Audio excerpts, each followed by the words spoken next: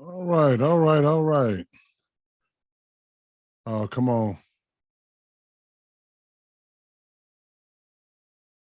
Uh,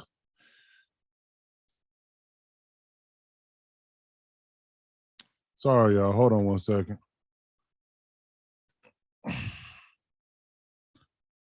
This thing keeps wanting to recognize my face, and I forgot to turn it off. Oh, come on.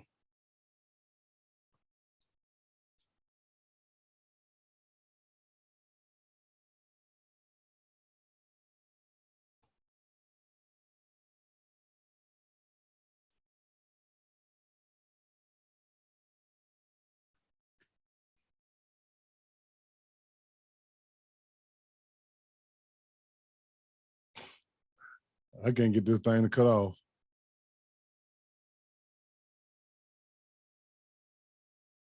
Mm. Sorry, y'all. We're going through some technical difficulties. We got new camera settings. We got some new stuff going on. We are in high def, but it keeps wanting to focus on my face.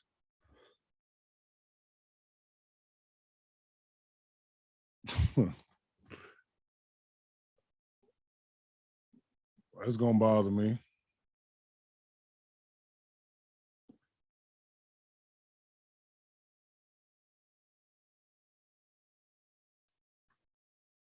All right. Well, we're not gonna do that. Y'all give me 1 second. Hold the phone. Give me 1 second. I'm still here. Just gonna change my camera around a little bit.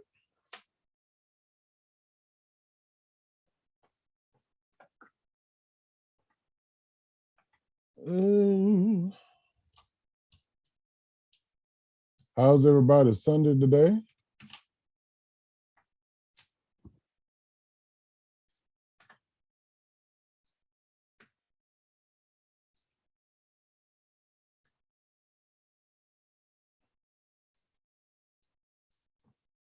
All right. Man, we just gonna have to do it like this for the day. And I'll have it straightened out by the next show. But nevertheless, we are here. How's the sound going? Got a new microphone. Hope y'all can see that. We set up good and nice. Uh hope everything is going good. Mm, no, that ain't gonna work. All right, well, we'll do it like this for today. The camera's still click in and out, but we'll get past that. But how y'all doing? How y'all be? Is we sounding good? Somebody let me know. How we sounding? Is we sounding sexy?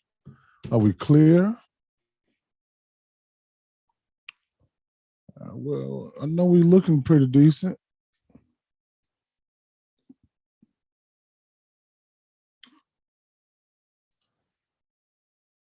So y'all, uh, while we making sure, I want to make sure I got maybe too close to the mic. Um, yeah, I got this new, like I've been telling y'all, I was getting some new equipment. Like I said, I'm a man of my word. And got some new equipment come in and got a new camera. I mean, not, well, I got, I don't know. Got a new camcorder, y'all. Got a camcorder, you know, nothing real fancy schmancy. Got a camcorder and was gonna run the show through the camcorder. Got all my pieces together finally, because y'all know the snowstorm messed us up. And got everything in finally today. Got it all hooked up and everything. And then come to find out, the camcorder I got is not conducive for live streaming. But nevertheless, we're gonna go forth with what we got. I pulled out my old Canon, and I actually had some extra lenses. I had a high definition lens that came in the package I got, and And I attached that to my camera, and it's looking pretty good. You know, it's looking all right. I hope we're looking good. My skin looking pretty, and so yeah, that's how we going today. Uh, but we here, and today is going to be it's going to be kind of rough for me. And I'm sorry if I get a little if I slow down and kind of gather my thoughts. This is going to be a very personal show. It's going to be emotional, at least for me, and kind of uncomfortable because I'm not really used to talking about myself like this, and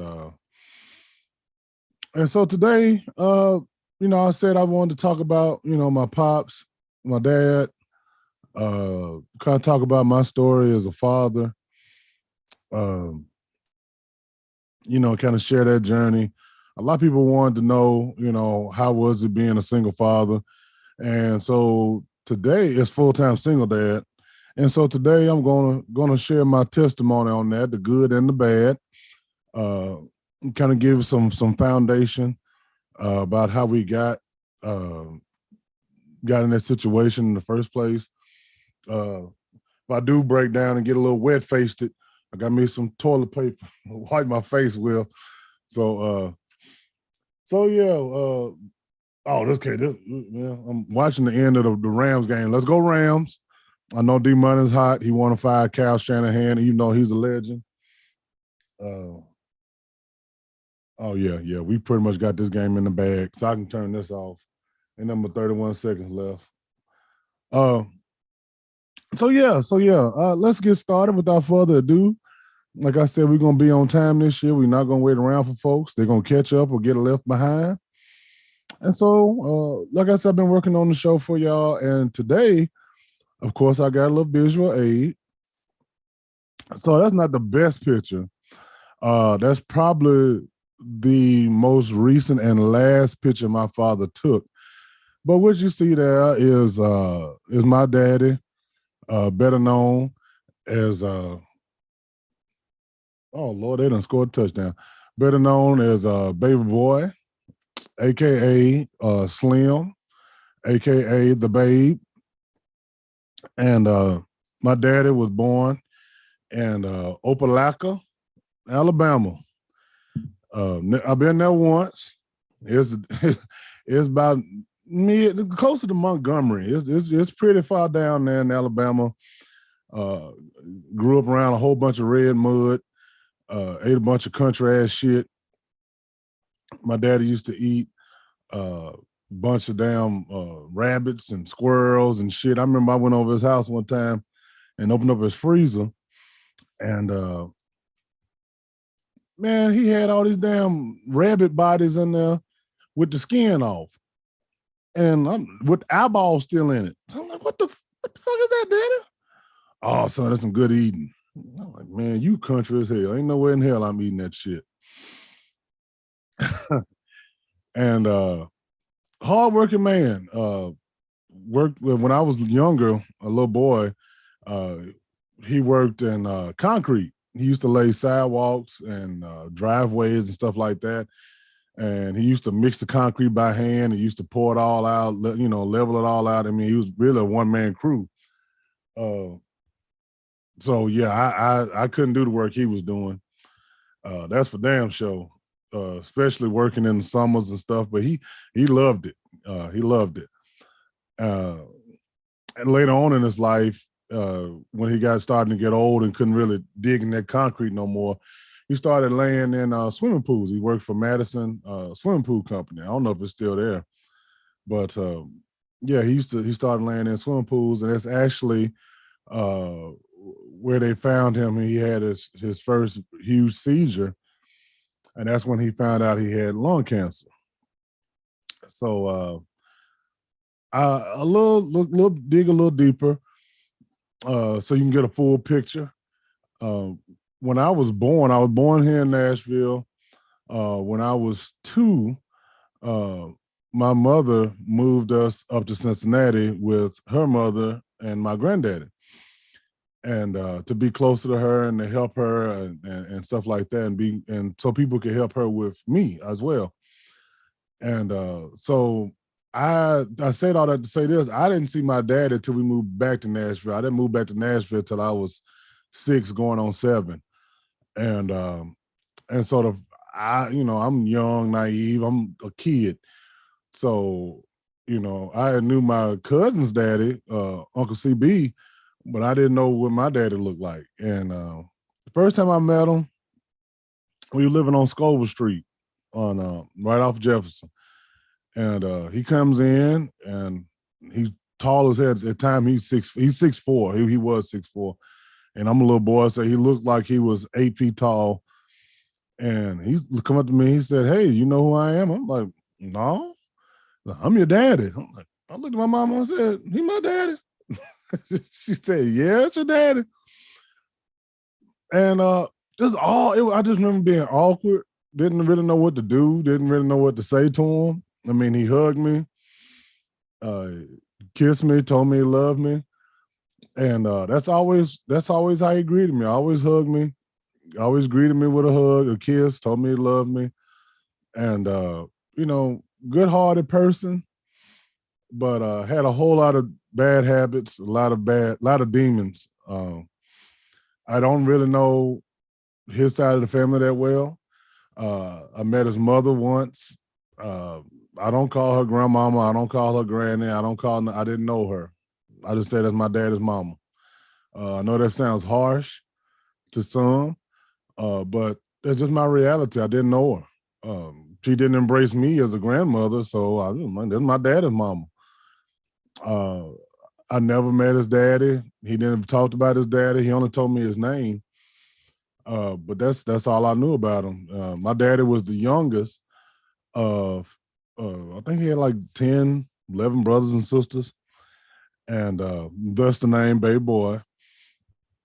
And he was crazy about his mama. So that lets me know, uh, just off the rip, that he wasn't that close to his dad, if his daddy was even around. Uh, and so that, I guess, it's a generational thing, and he wasn't really around for me. He would come through when I would call him and say, "Hey, I need some money," or my mama would have me call and say, "Call your daddy." And then she would be pissed off because he would come over and he would deliver the money and he'd give it to me. And hell, shit, you give me some money, hell, you and mama, you ain't getting this money. And she would cuss and fuss. And boy, why you keep giving that boy that money? You know he don't know what the hell he gonna blow that damn money. He needs shoes, he needs clothes, he's growing out of every damn thing. He's like, Debbie, that's his money. All that would drive mama crazy. When he would leave, she'd come, "Give me that goddamn money."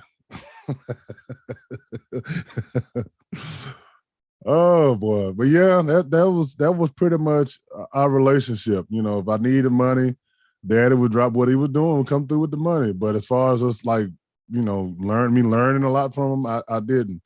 Uh to truth be told, and this is kind of where it gets rough. Uh I grew up ashamed of my daddy. Um I loved him. I wanted to be like him. To me, he was larger than life. He was tall, he was skinny, he was disproportionate. Like, he had a short upper body, but he had long ass legs, so he make him look taller than what he really was. And man, he was like a god to me. I loved to see him talk to women. He had this funny ass rap. He always gave women the same thing every single time. Uh, yeah, I'm baby boy. I'm a tough piece of leather. I'm well put together and all that. He always used to say that shit. And depending on my mama's mood, either it turned her on or made her puke. And but he always had a rap, man. He'd meet a woman. I mean, one time I went to see him, and he was sitting out on his friend's porch. He used to hang out on 10th Avenue all the time. And he would sit out on the friend porch, and some woman would come through, and she'd say something, crazy to him. And daddy would just, if he was drunk, and which most of the time he would tell her, "I'll take you around back and break your back. Hey, son, this your new stepmama." And I always had a new stepmama. And yeah, that's just how it was. But I was grossly ashamed of him. because of his alcoholism. He was I mean, just a terrible, terrible drunk.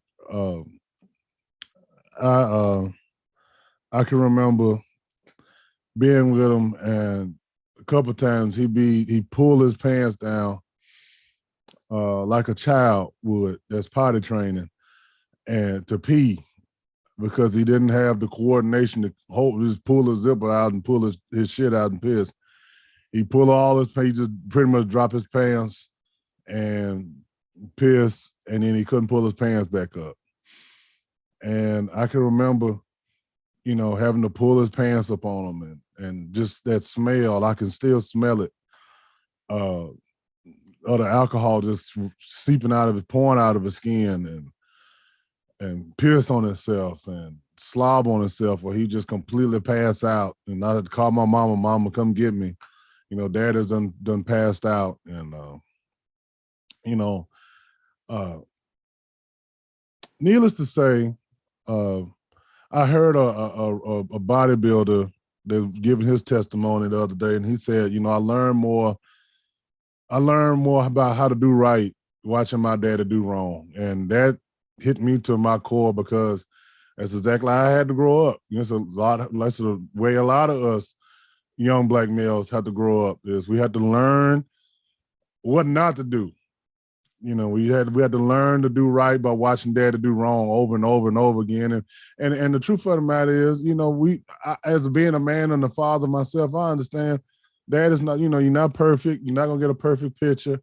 But there was a lot of things about daddy that I knew I couldn't do. I would not do to my kids. I wouldn't. I remember, it's funny. I was talking to D Money, and I've talked to Alana about this. It's sort of like you can't unsee what your eyes have seen, even if it was 30 years ago, and you can't unhear some of the things that you've had to listen to. And and some of this stuff is almost 30 years old. I can remember making my daddy cry because I had to look him in his eye and tell him, Daddy, you wasn't there for me. I was 15 years old, and broke him down. First time I ever seen him cry, last time I ever seen him cry. Uh, watching, like I said, watching him pee on himself, having to pull his pants up on him, having to pull him up and pick him up and put him in the bed. You know, um, he gave up drinking for a short amount of time. When he was diagnosed with his cancer, he was already at stage 4, going into stage 5. And he stopped drinking for a while. And then shortly, I'll go over to the house and start finding the bottles again, where I guess he figured, well, hell, I'm going to die. I might as well medicate myself. And he just couldn't let it go. I mean, he really was a true through and through alcoholic. And, even with all that, even with his flaws, he still was a good person. I never really seen him raise his voice. I never saw him get angry. Even though I know he, could get angry, I never saw him get angry. I never heard him raise his voice. Like I said, very loving, but he had some demons. And so with that being said, like I said, I had to learn, and it was painful because it was some times that I really needed him to be a father. I needed him to whip my ass. I needed him to get me together, to get me in line. I needed him to give me some advice, and he didn't have it for me. Some things he had for me, like he always taught me, don't get involved with domestic stuff with my sisters and stuff like that. And he gave me some good advice on that. But other than that, I didn't have a whole lot from him.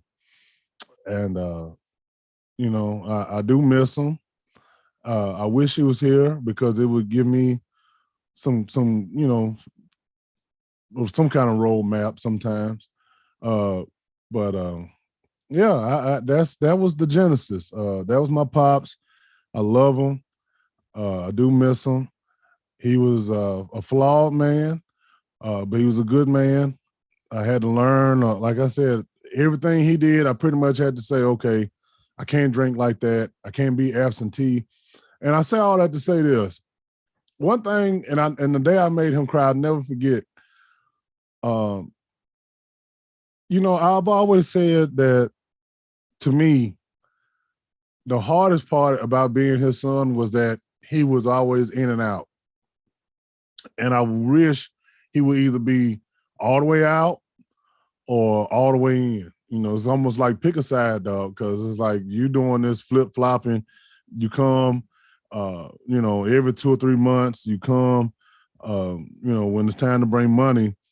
Uh, you was coming to football games. When I asked you to come to my recitals not my little concerts. And I used to play the viola. Yes, that's a fun fact. Your boy used to play strings, and he told me, what are you doing playing strings? Like that's a white man's instrument. You need to be playing saxophone or something like that. I'm like, dude, I don't want to play no saxophone. This is what I wanted to do. My friends was in the class.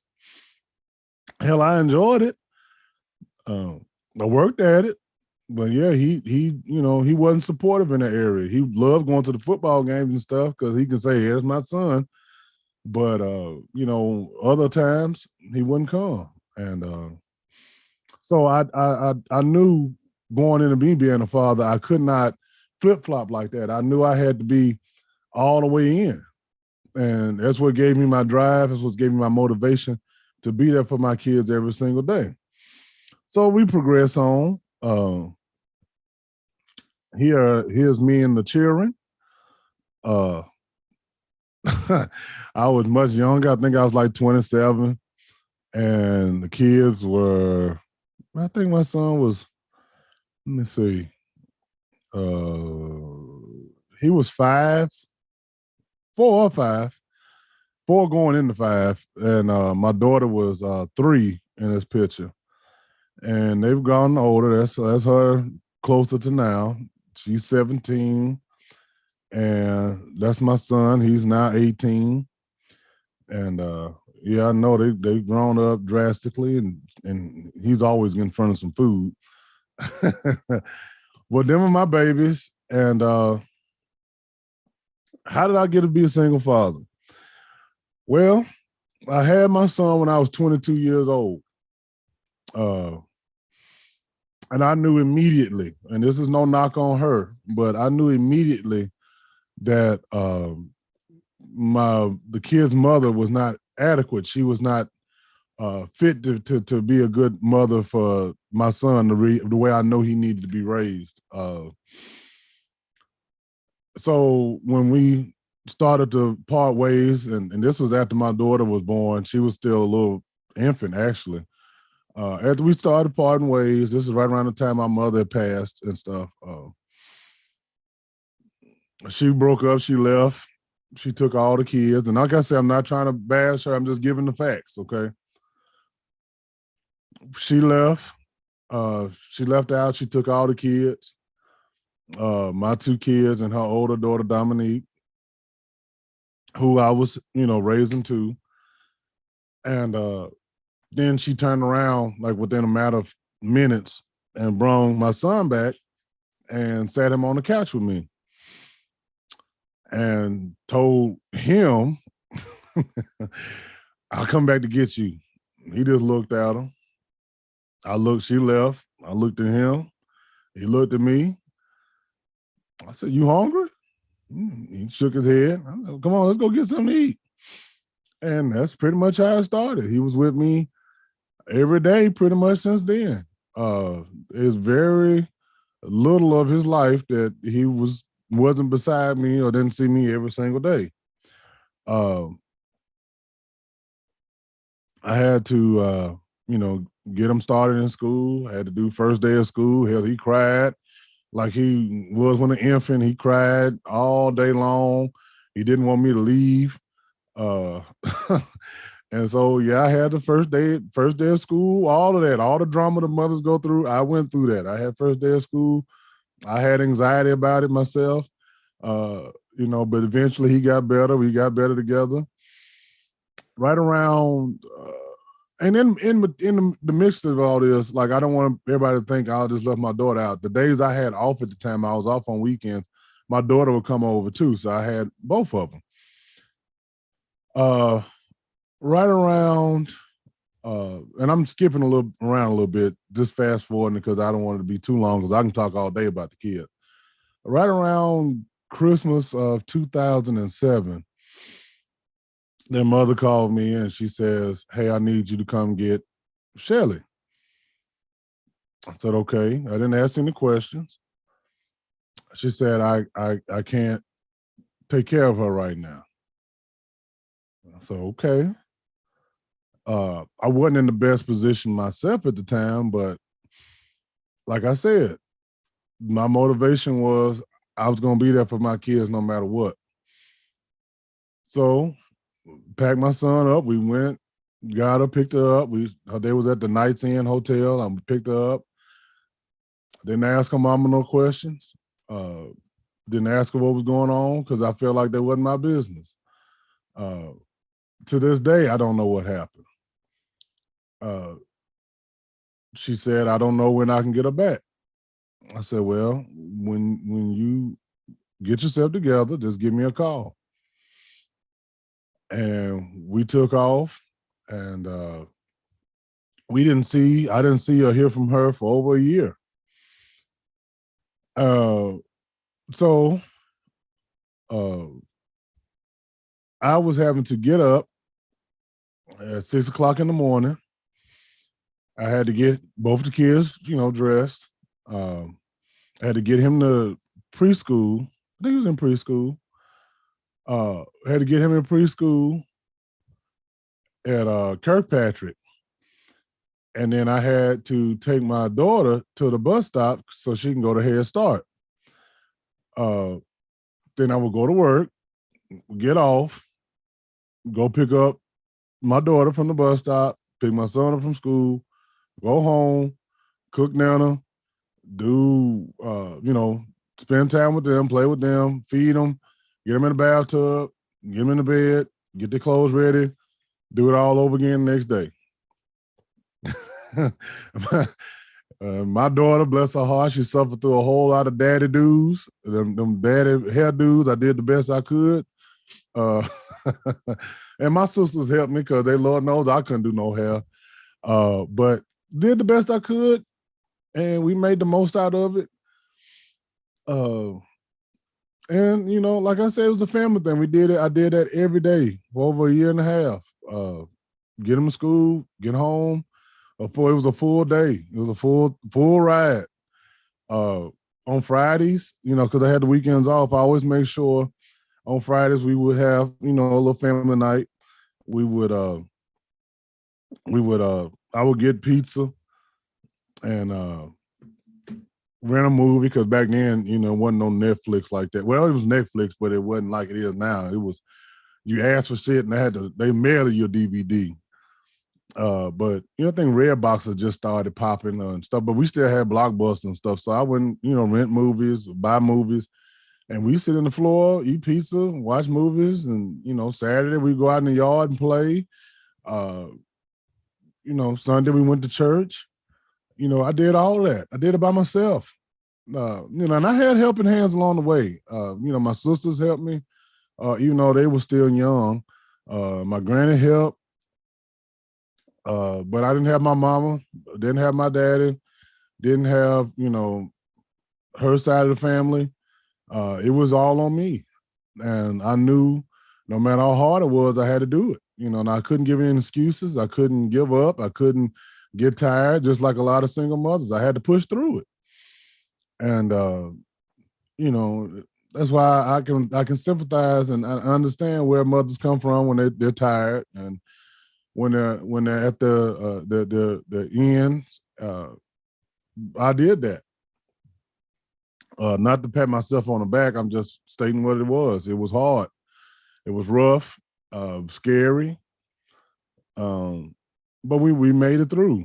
Um, Lolita comes back in the picture about a year later, asking could she see the kids. I'm like, sure. You always welcome to come over. She'd come over, see the kids, and then it kind of graduated into, can they spend the night? Sure. Uh, yeah, you was there. Then it went to, hold on, sorry, y'all, let me turn my It got warm in here. Then it turned into, well, can I have Shelly back?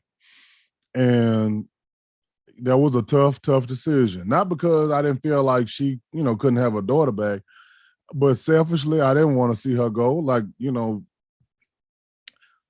my son and I, we tight, but my daughter, me and her relationship was like totally different because, we could talk. Me and her would sit up there and talk like we were married. Like she could talk forever. And I enjoyed having her around. So it was hard trying to let her go back, but I knew that was for the best because I'm a man. And ultimately, I knew she needed her mother.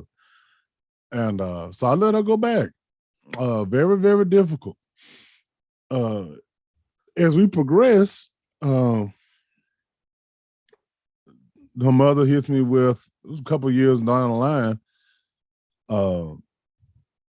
And just to, again, I just want to paint a picture. I'm not trying to boast or brag or nothing, but just paint a picture. In between that, I lost my job, lost the car. And I was working at Kmart on Murfreesboro Road from minimum wage. But hey, you do what you have to do. I needed a job. We was in the middle of a recession then, and I needed a job, and I did what I had to do. I remember catching the bus. I would catch a bus downtown, one out east, get my daughter, catch the bus again, and then go back to my house. And I did that every Friday. On Sundays, my pops, my stepdad and my pops, and my brother Saul, they would drive my daughter back home because then she was living out in West Nashville. And so I did that every weekend. I would bust my ass during the weekends, get Shelly, have the kids home.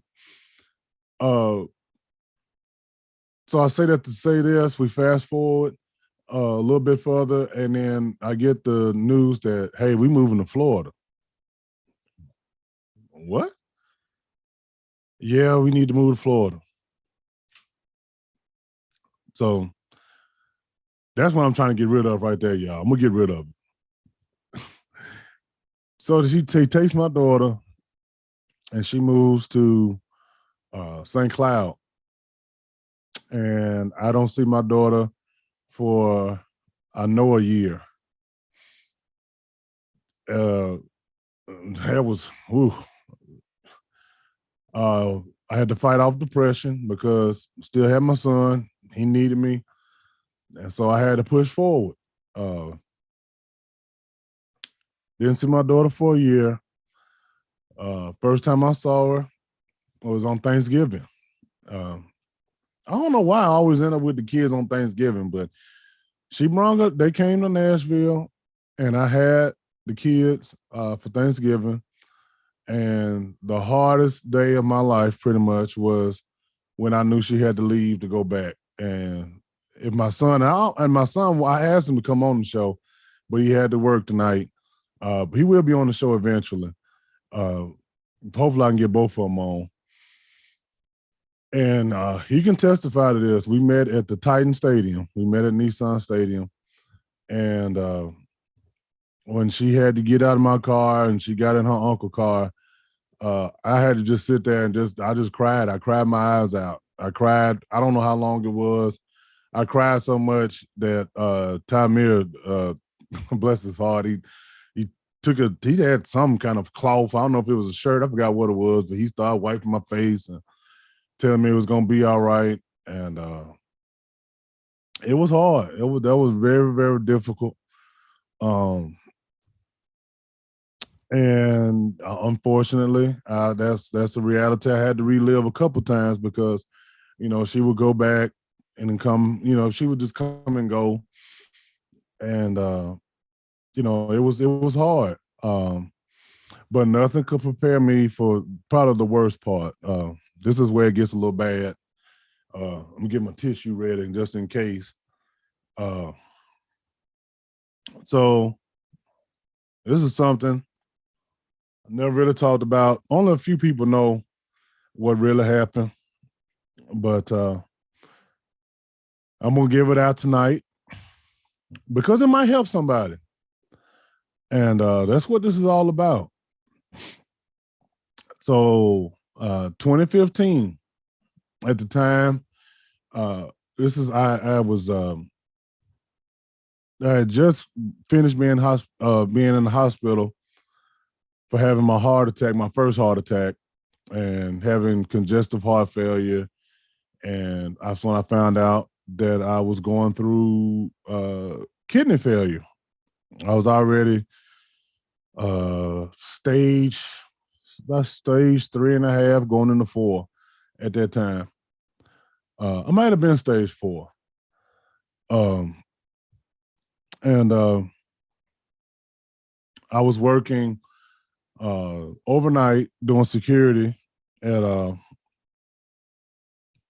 um, at a museum.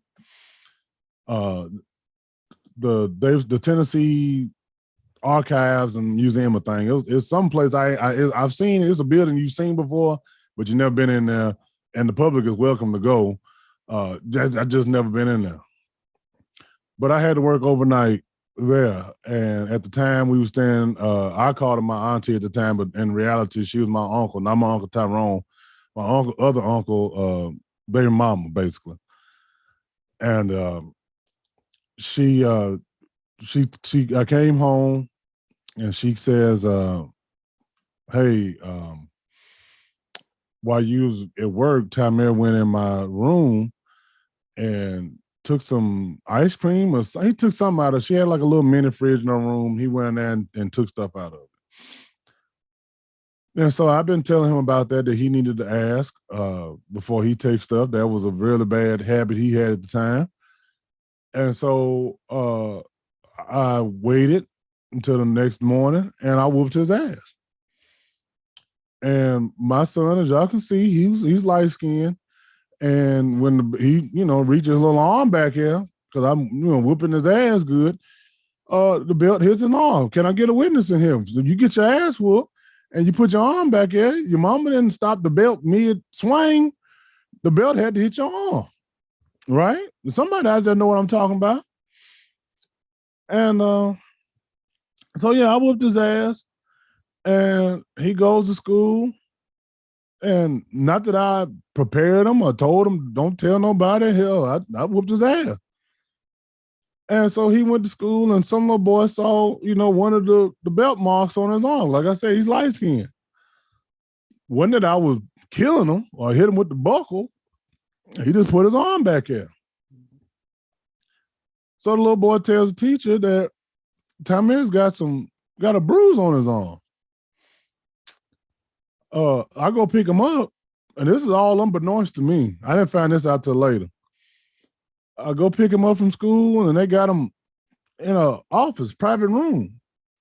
And then the man tells me, Tamir was in a fight today. Matter of fact, they say he got game.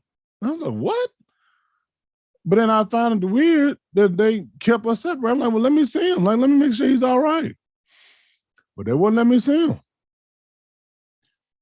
I come out to get my phone because I don't know how long this is going to take. And I know my aunt, I was driving her car at the time. She needed her car back. So I'm calling her, letting her know, hey, I'm at the school. Something happened to Tamir. I got to be up here for a minute. So by this time, they had police come out there. And I happened to know one of the officers. He used to work at the jail with me. And he was like, man, what's going on? I said, I don't know. You tell me. They said my son was beat up. He said, no, that's not what we got called out here for. I said, what you mean? He said, man, we got called out here for you. I said, what the fuck? I said, yeah, man, they're saying you abused your child. What the hell? So we sit there for hours, and finally they let him come in the room, and he hugs me, and I said, you all right? And he said, yeah, daddy. And I had to talk to them peoples. They sent them DCS people up in there. I had to talk to them peoples. They asked me what happened. I told them.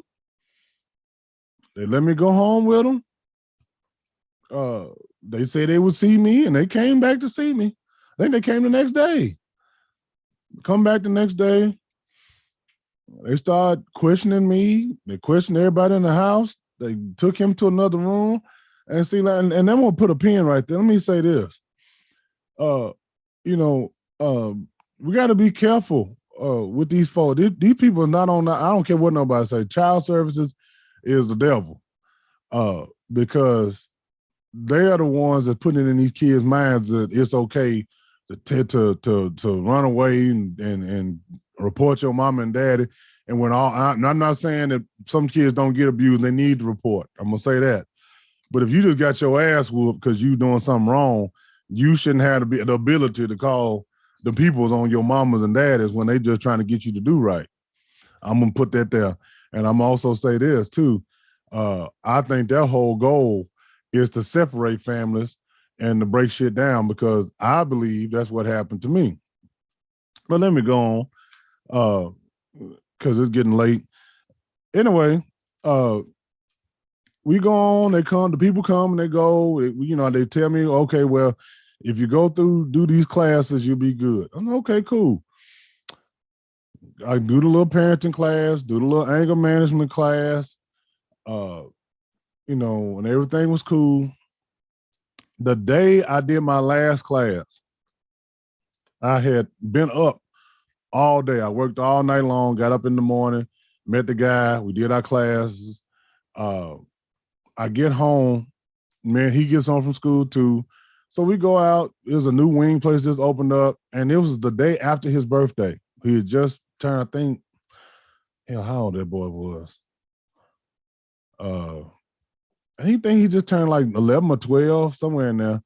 But yeah, his birthday was the day before. And that night, by 4 a.m, they sent the people to come get me. And they arrested me. Took me to jail. I remember I didn't take anything with me. Didn't bring my glasses. I couldn't see shit. I just had it on t-shirt, shorts, and some shoes. It was September. Get to the jail. I had been gone from the jail for 2 years, but I still knew people in there. People knew me. And because of that, first of all, they told me my bond was like $100,000. I was stuck on that. Because I'm like, my bond is $100,000. I'm like, what the hell are my charges? Aggravated assault, aggravated child abuse, and child neglect. Damn. For whooping his ass? I knew I wasn't getting out. So I called my aunt. I said, yeah, they throwing the book at me. I'm gonna be in here for a while, at least until Monday or Tuesday, whenever I can get a court date and see what go from there. I'm thinking, still I can get out on pretrial or ROR. No, they wanted me for whatever reason. I had no charges, never been arrested. Only time I've been in jail because I worked in there. But here I was on the other side of the door. I was depressed immediately. I immediately went into depression. Not so much that I was in jail because I knew I can handle myself in there. I knew the system. I knew the game. But I was depressed because for the first time, my son didn't have my covering. My daughter didn't know what was going on. That's all that came to my mind was the kids. And I'm thinking I'm going to be in there for, a weekend, maybe Monday, Tuesday, get out. No, they had me in there till December. Some people know about this. I was in there till December. My family didn't know where I was. Nobody knew who I was until November. My sister just so happened to write me a letter. I don't know how she found out how to do that, but she wrote me a letter, told me what was going on. I wrote her back, so we was corresponding. Come to find out, I just got paid, so I had money on my account. My aunt, I gave her the PIN number to give to my sister because she had took my son in, and come to find out, she took all the money out the account and did God knows what with it. Took my TV. Well, she kept it. Sold my PlayStation. Took my phones. I don't know where they are to this day. Don't know what happened to them. I just got a nice Samsung You know, the ones that curved and had curved edges, and I think it was called a curve, edge or something like that. It just came out. I got one. That was gone. I got out. I was about 40 pounds skinnier. No place to go, no job, no money, no nothing. And then, worst of all, they would not let me see my son. Matter of fact, they didn't want me talking to him.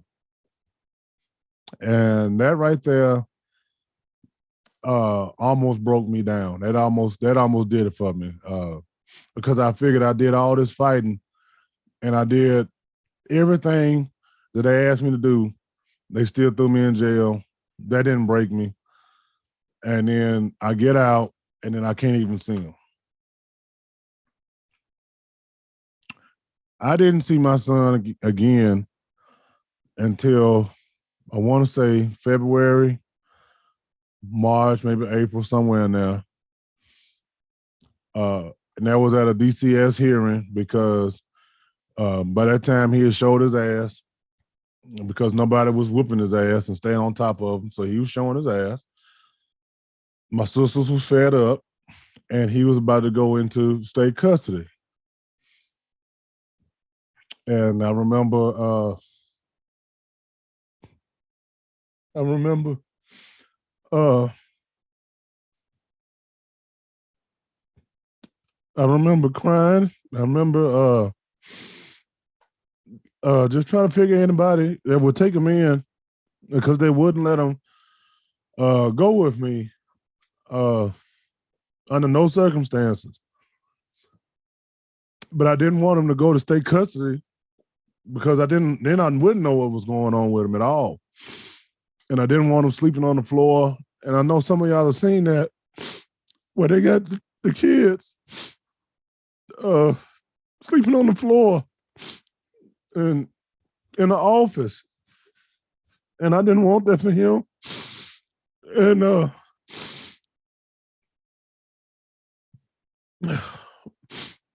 called everybody I knew to call, and a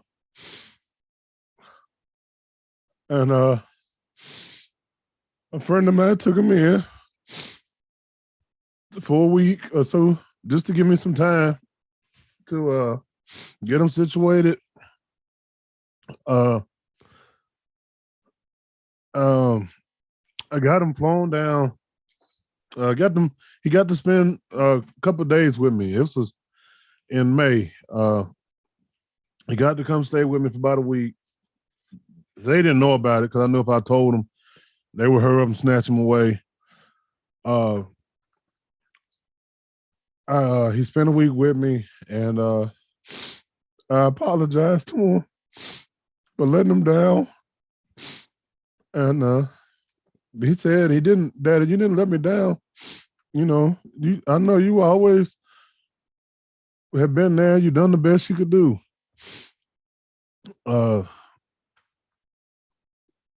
We I sent him to the Florida to be with his mama, and because they let him go down there, I sent him down there, and but I promised him that one day I would get him back, and that happened. Uh, got him back. Fast forward some more, you know, I got sick again. Kidneys went into full failure, and you know, he helped me get through all of that. You know, he was there to help me on the days that I would get real, you know, feel real bad in the chair, and I black out from dialysis. You know, blood pressure going too low. You know, he would help take care of me. He would help feed me and stuff like that until I was able, you know, to recover. And so, you know, me and my son, we've had our ups and our downs, but we're really really tight.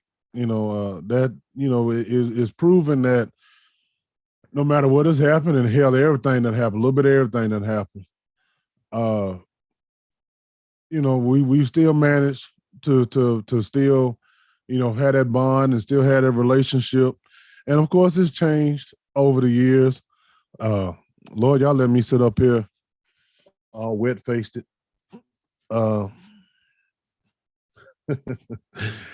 uh, but it's changed. The dynamics have changed, especially now. He's an adult, and so the conversation has changed. And a lot of my parenting style had to change. We in an era where you can't really. Well, I shouldn't say you can't discipline your kids, but uh, they would put these people on you. People they send people to the school to tell your child basically, hey, if you don't like your mom and daddy, you can tell on them. You can report them. And that's just the day and age we in. They don't really want you putting your hands on them. They don't want you, you know, verbally doing him. My mom cussed me out, beat the hell out of me, and I still had to go to school and be presentable. Not that she bruised me up and nothing. It wasn't nothing like that, but it's just like you was raised with an iron fist. You was told what to do. You were told what to think. You ate what she cooked. If you didn't eat it, you didn't eat it all. It was a total dictatorship. And so with the times and technology and internet, social media and peers and all this stuff, man, parents nowadays today have way more to combat than our parents did. And so, I had to change with the times. You had to do a lot of listening, probably more listening than you care to, because it's like, why the hell am I listening to a child? But at the same time, these children are being taught that. They're being taught to ask questions. They're being taught, to know why. You got to know why to everything. When I was growing up, you didn't say ask why. Uh, you wasn't, your mama said, go do this. You didn't say why. You just said, yes, ma'am. And that was for anybody. Anybody that was watching you, whoever you was in their care, they told you to do something, it was yes, ma'am, and you moved your ass on. Nowadays, you tell a child, hey, go do this. Well, why? And I had to learn too, on a lot of that, is not they're not being disrespectful or nothing like that. They don't mean no harm by it, but they genuinely need to know why. For whatever reason, they need to know. Exactly why do you need me to do this? And so I guess they can get a better picture in their mind. I don't know why, but they need to know why. And so you had to adapt. And so what I've learned to do is, instead of just being forceful all the time, be like, hey, I need you to do this, and this is why. I just want to beat them to the punch. This is why you need to do this. This is why you need to do that. And because like I said, I didn't have, my daddy didn't give me I didn't know how to be a father. In many instances, most of my parenting was like a mother, because that's all I had. That's the only example I had. And I did the best what I could. I did the best I could what I had. Now is more or less of guidance. It's not so much of the heavy-handedness. It's not so much of the discipline. It's that's done with. I told him and my daughter, I done whipped your ass for the last time. All I can do now is give you advice, try to help you stay in line. I'll still, verbally chastise you and critique you, but at the same time, you have your own life to live. And I've had to learn too that, what worked for me is not going to work for you. And I tell them all the time. I wish they keep one of them would have called in, but it's like what worked for me is not going to work for you. I had to find my own path, and then all I can do was give you a starting point better than what I had. I had to start at zero. I at least wanted to get them started in life at a level 3, 4. Anything is better than starting at ground zero. And I tell other fathers that, we had these conversations, your job is not to give your kids the life you didn't have. Your job is to prepare them and put them in a better place than where you were when you had to start at 18 or 19, whatever you started being grown. that's where you want to have a better starting point. You want to give them tools to succeed, and not necessarily the tools to shine and tools to be famous and tools to be that dude. That's gonna come with time. Uh, you just want to get them building blocks and stuff to stand upon. And oh, okay, damn, she fine. On my Uber Eats girl, she coming, she fine. I might have to holler. uh, but yeah, for the most part, that's really been my story. In between all that, man, it was highs, it was lows, it was melancholy, it was monotony. But I realized through all that journey that it was necessary. Even me going to jail, even us being separated, uh, even all that, through all the good, the bad, the ugly, it was necessary because every lesson I learned along the way helped me to be a better father, a better man, and a better person. And I would be remiss if I didn't offer some advice to the brothers and other fathers out here. And I got some fathers in the house. Salute to you, all you great men and you great fathers. I know y'all got y'all story to tell. And I'll offer my platform at any moment for y'all to come on and give your testimony and to help other young brothers. I saw my uncle yesterday. Shout out to you, Uncle Williams. Man, and all along my life, I've always gravitated to the older guy that I was around the most because I knew they had something for me. I knew they always had some knowledge or some nuggets they can give me so I can put in my game. And Uncle Williams, man, he was smoothest cat in the, you imagine a smoothest cat you ever seen in your life. That was him. And he working in the jail, smooth, never raised his voice. I don't even think he cussed people out in the jail. Beer game was always impeccable. Uniform, crispy. He set standards for us. And at the time, I was a young knucklehead. Hell, I was 30, 31. I was volatile, violent. and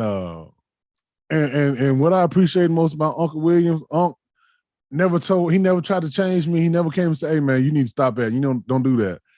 He would always say, hey nephew, you might want to try it. This is the way I do it. You might want to try it that way. Man, somebody do approach you like this, you might want you to try this approach. It was never forceful.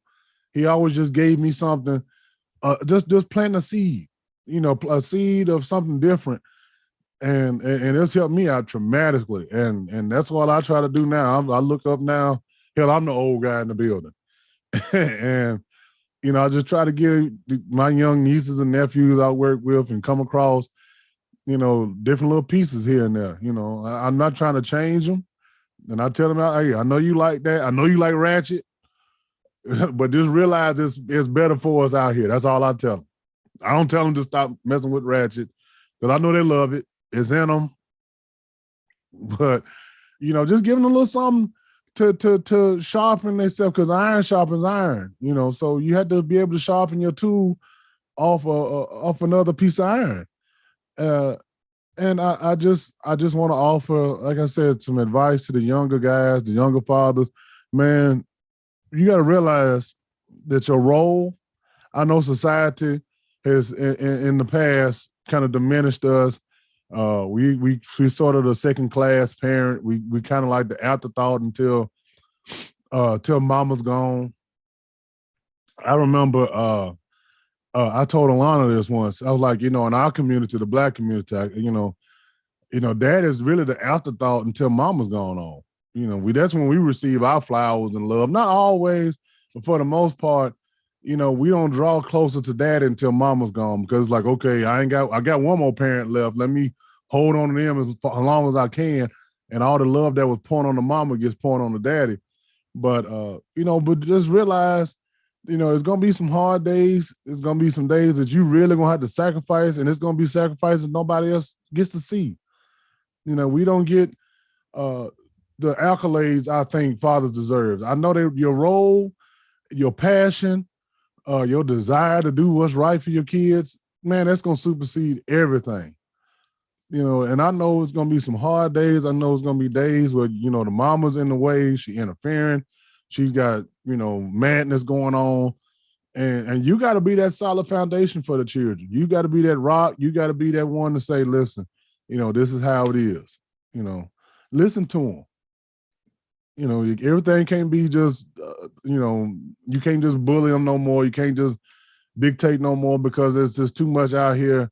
There's too many avenues for them to run away and do stupid shit that we couldn't do, growing up. We didn't even think of.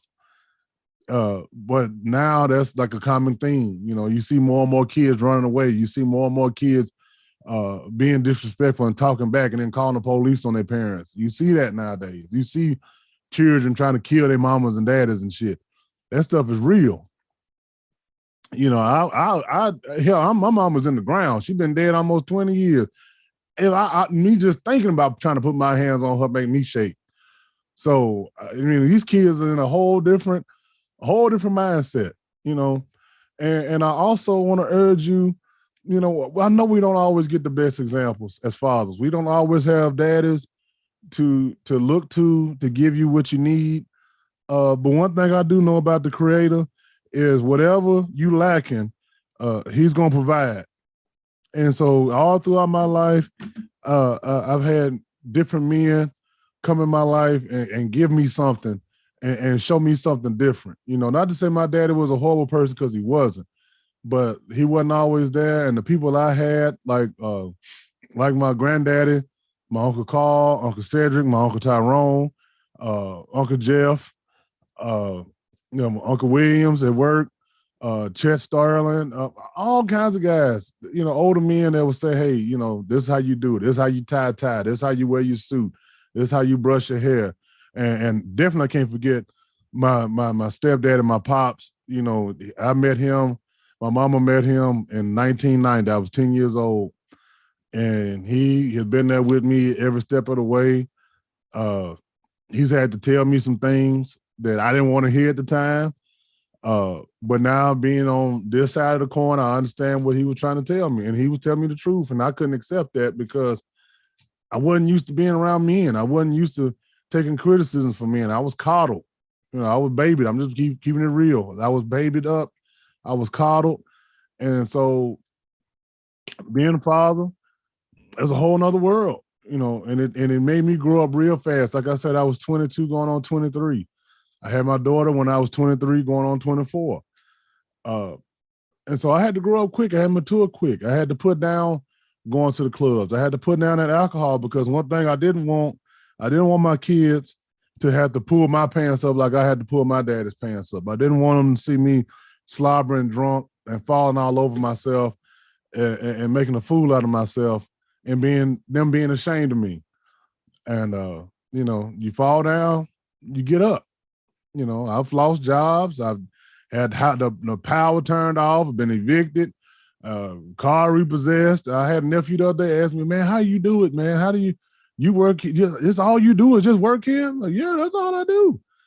And man, how you getting no money? I'm like, man, hey, it took me to get to this age to learn how to be financially stable, because I was living paycheck to paycheck like everybody else. I was struggling like everybody else. And some things have happened. I've learned how to budget better, manage better. The kids got out of my pockets. Praise the Lord. Thank you, Jesus, for that. And I'm able now to do some things. I can go. The check the late. I hope it's not late. But if it do be late or not at all, then I know how to make it. I'm gonna be okay. I learned how to live within my means. That took me a long time. Like I told nephew, I said, man, hey, you gonna get there. We all go through this. We all got to go through the stumbling blocks of life. That's part of growing. That's where your growth comes from. And there's nothing shamed in it. Like I told him, man, I said, man, hell, it was days, he was reluctant to receive my help that I was trying to give him. But I was like, man, it was days, hell, my stomach was growling. And hell, I was hoping somebody would buy me a cheeseburger, offer me a fry or something, a tater chip or something, because I was too proud to say, hey, man, can I borrow $10, $15 or something? Man, I'm hungry. Yeah, I've been there. Can I get a witness? Somebody else been in there with me. I know I ain't the only one. Shit. Excuse me, y'all. I had to get my shoes. I gotta go out here and get my food. Hold on. And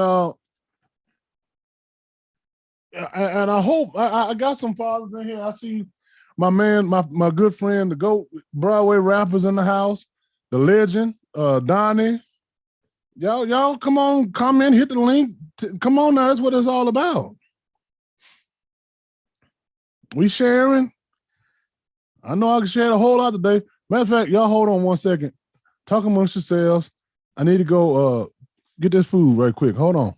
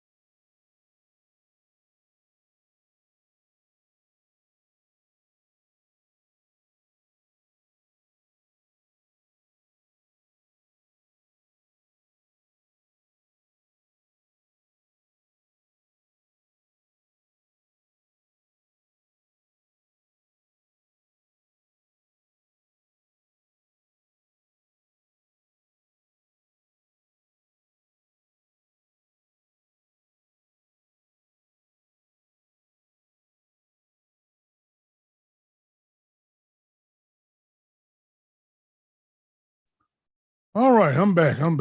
Whew. Cold out there. Sorry about that, y'all. Whew. But yeah. I'm not ashamed of none of that.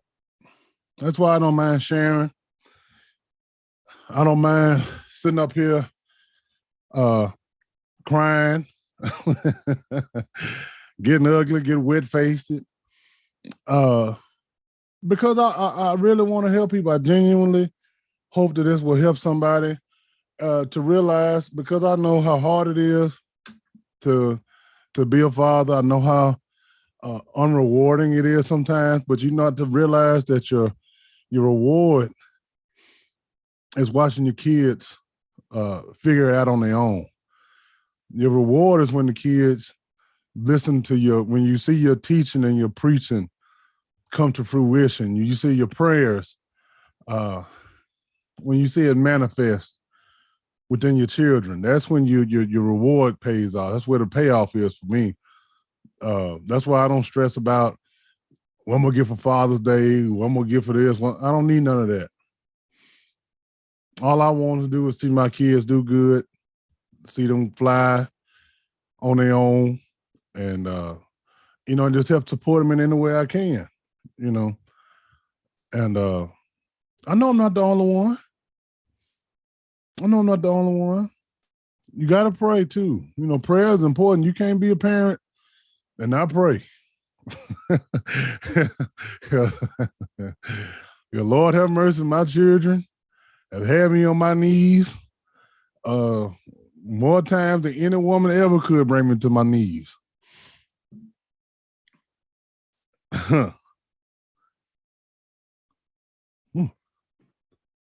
What we have another one? Do we have any witnesses in the house? Anybody want to testify? Anybody want to call in? Anybody got any questions? Anything? This now's the time. The link is already in the comments. There's I'm an open book. Whoever needs some help, some knowledge, I'm here for that. But I do thank everybody that coming and viewing and commenting, sending text. And I knew this was going to be a tough one. It was going to be emotional, but I had to do what thus says the Lord. I've always said, not my will, but thine will be done. And sometimes God puts us in uncomfortable positions to better us, to strengthen us. Yeah, there were times we've all been in that situation, but the lesson comes from how you work through it. Amen. That's the beauty of it all. That's when you have a true testimony. You can't have no test. You can't have no testimony without the test. And you got to go through each and every one of them, especially when you're dealing with children, you're dealing with the mother. You're going to go through some tests. You're going to go through some trials, some tribulations, and everybody's got a different story, but we all go through the same thing. And see, I know these are things that we talk about this stuff, but it's not really brought to the forefront because, it's perceived as being weak when you come out and have to say, hey, I'm struggling with this.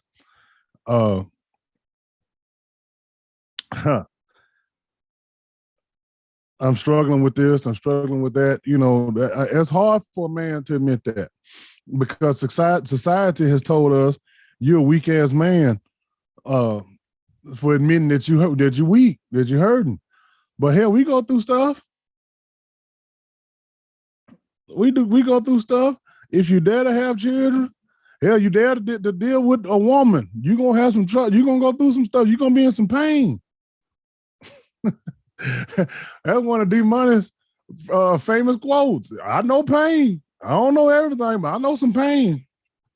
Can I get a witness? And that brother had been through some pain with his kids. I don't want to share his story is his story. But yeah, these are things that we've talked about as brothers, as men. I'm well aware of a lot of these brothers that's on here that's gone through it. They struggled, gone hungry. So the kids can eat. See, I know mamas get that love because they sacrifice, but I know some daddies that gone hungry so the children can eat. I know some daddies that's gone without so the children can go on. Oh yeah.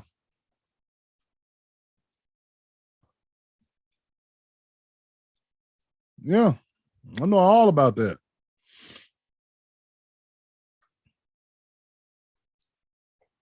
And when I log off, y'all, I might have to come back on a little later on tonight to run some tests just through YouTube. So don't pay me no mind. I'm just testing stuff out.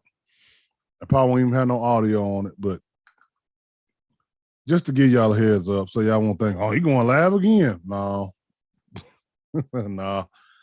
One show a night is all I can do. I can't do like these other YouTubers that be going 3 and 4, 5 shows a night. That ain't me. I put everything I got it into every show.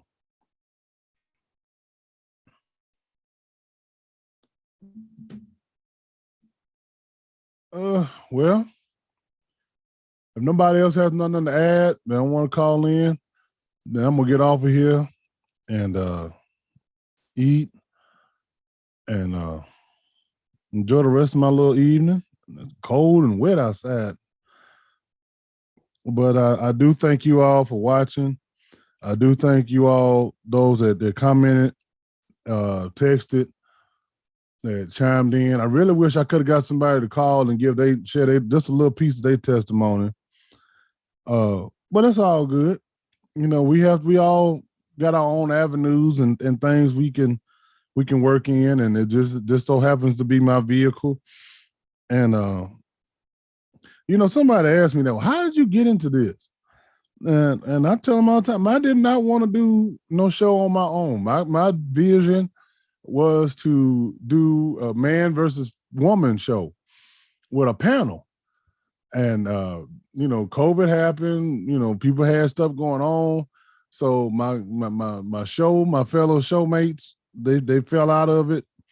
And they was like, man, yeah, man, Unc, I would love to have you on and do a one-on-one show with you on the King's Court, because I know you got a lot of knowledge of the game. You taught me a whole lot. Thank you for that, man. I love you. Man, I know you've been through it, and I remember you having to brush your little girl's hair to get them to school. These things, see, sometimes we wait till people die, and that's something that I don't mean to jump off the topic, but that's one thing that bothers me. We wait till people die, and we don't tell them we love them. We don't tell them we appreciate them and tell them what they've done for us while they still living. And see, I don't have to tell his story, but I do. It's some things I saw him do growing up, and some things he's done for me that I know was real. And I have to tell it while he can hear it. Can I get a witness in here? We want to wait till they in the casket and and tell everybody how great a person they was, and they can't even hear it. So I just want to tell it while he's on here. I hope he don't mind. But see, first of all, I remember before he even had kids. I don't know if you remember this. He bought me my first piece of jewelry when I was about 8, 9, maybe 10 years old. Maybe. He bought me a ring that had my initials in it. You remember that, Uncle Tyrone? I had that ring until my fingers got fat and I couldn't put it on. I couldn't put it on no more. I don't know where he got it from, but he got me my first piece of jewelry, bought me a ring, taught me how to tie a tie. You remember that ring?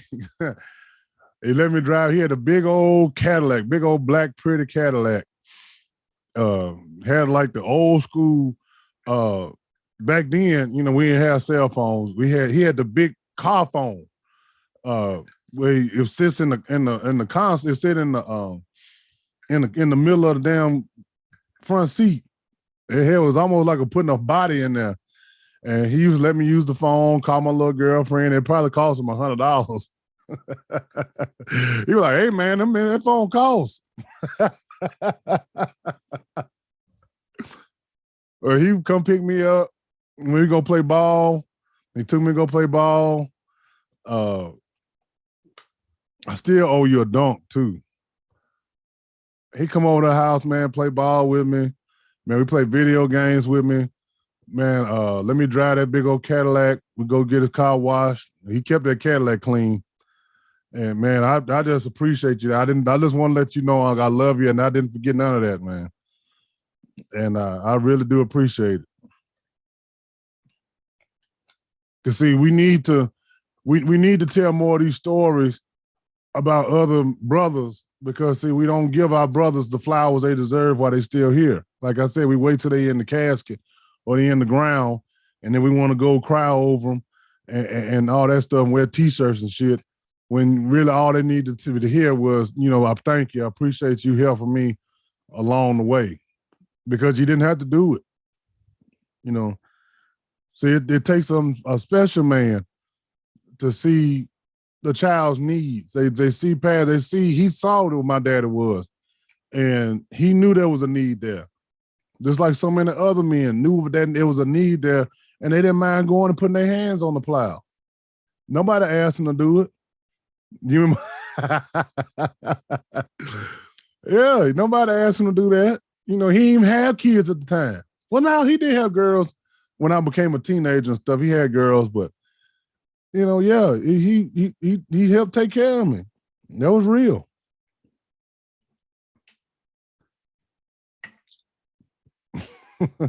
I used to call him and say, "Hey, Ty, man, I'm hungry. Can you go get me some Burger King?"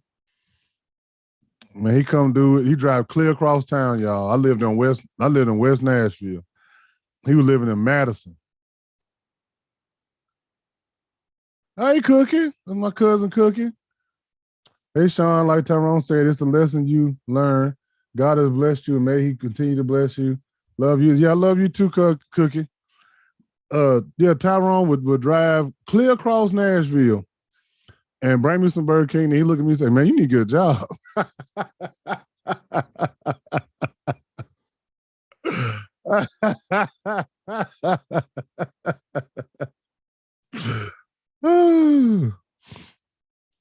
Oh yeah.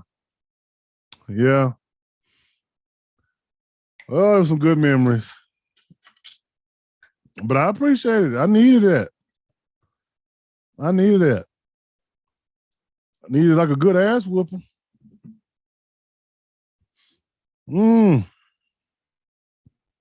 Well, I've had fun with this one.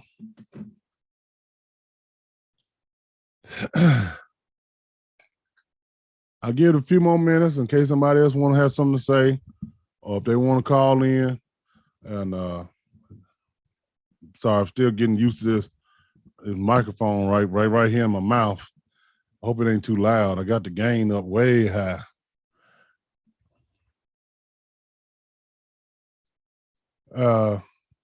But yeah, I wanted to be real, wanted to be transparent, I wanted to be fearless with this show. I didn't want to hide anything, didn't want to hold anything back, because I know I got the next generation that's coming behind me and watching me, and they listening to me. Whether they want to admit it or not, I can see it.